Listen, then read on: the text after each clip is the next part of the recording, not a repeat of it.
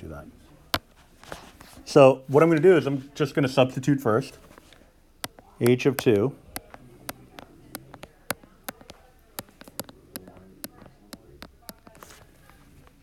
Then we note that it's asking for the derivative, so I'm going to take the, oh, I put the wrong notation. So I'm going to take the derivative of both sides. All right? So H prime of 2 would be equal to the derivative of this. So F as an inverse of 2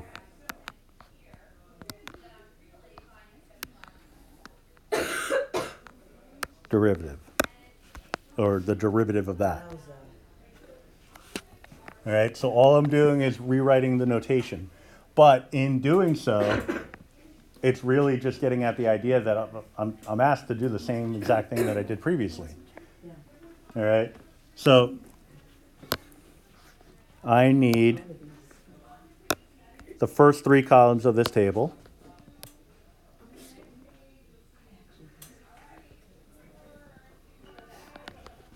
All right, so this is taking on the role of x, y1, and y4 for f of x.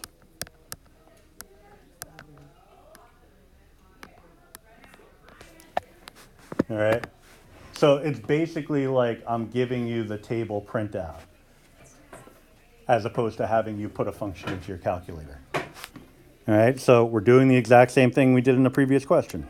We're going to identify the location of the 2. All right, so the 2 in my y1 column corresponds to an x value, which in turn corresponds to a derivative.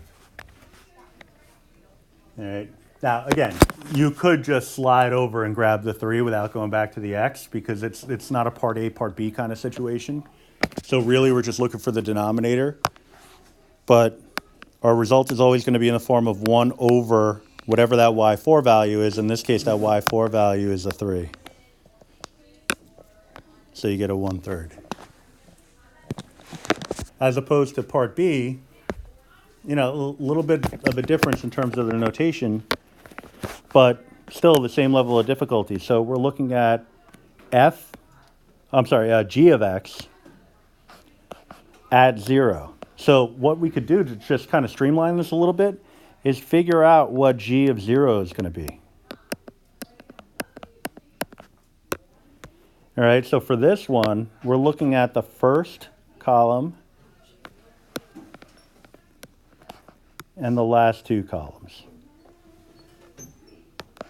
So this is like y1 and y4 for g of x.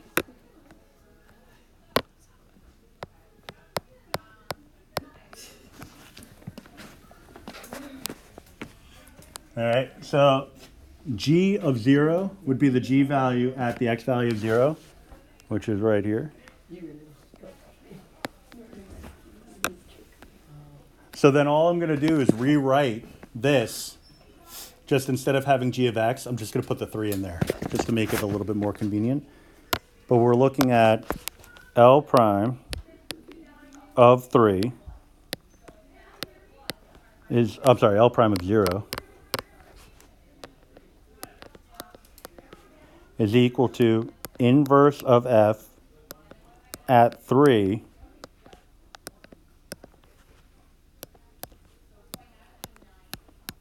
prime. All right. So reading it off the table, we're doing this. I mean, it's a messy looking table now, but we're doing it the same way we did the last one, which is find the 3 in the y1 column. We already have that. The x value that goes along with that. And then jump over to the y4 value corresponding with that x. So we get a 5 out of this, so 1/5.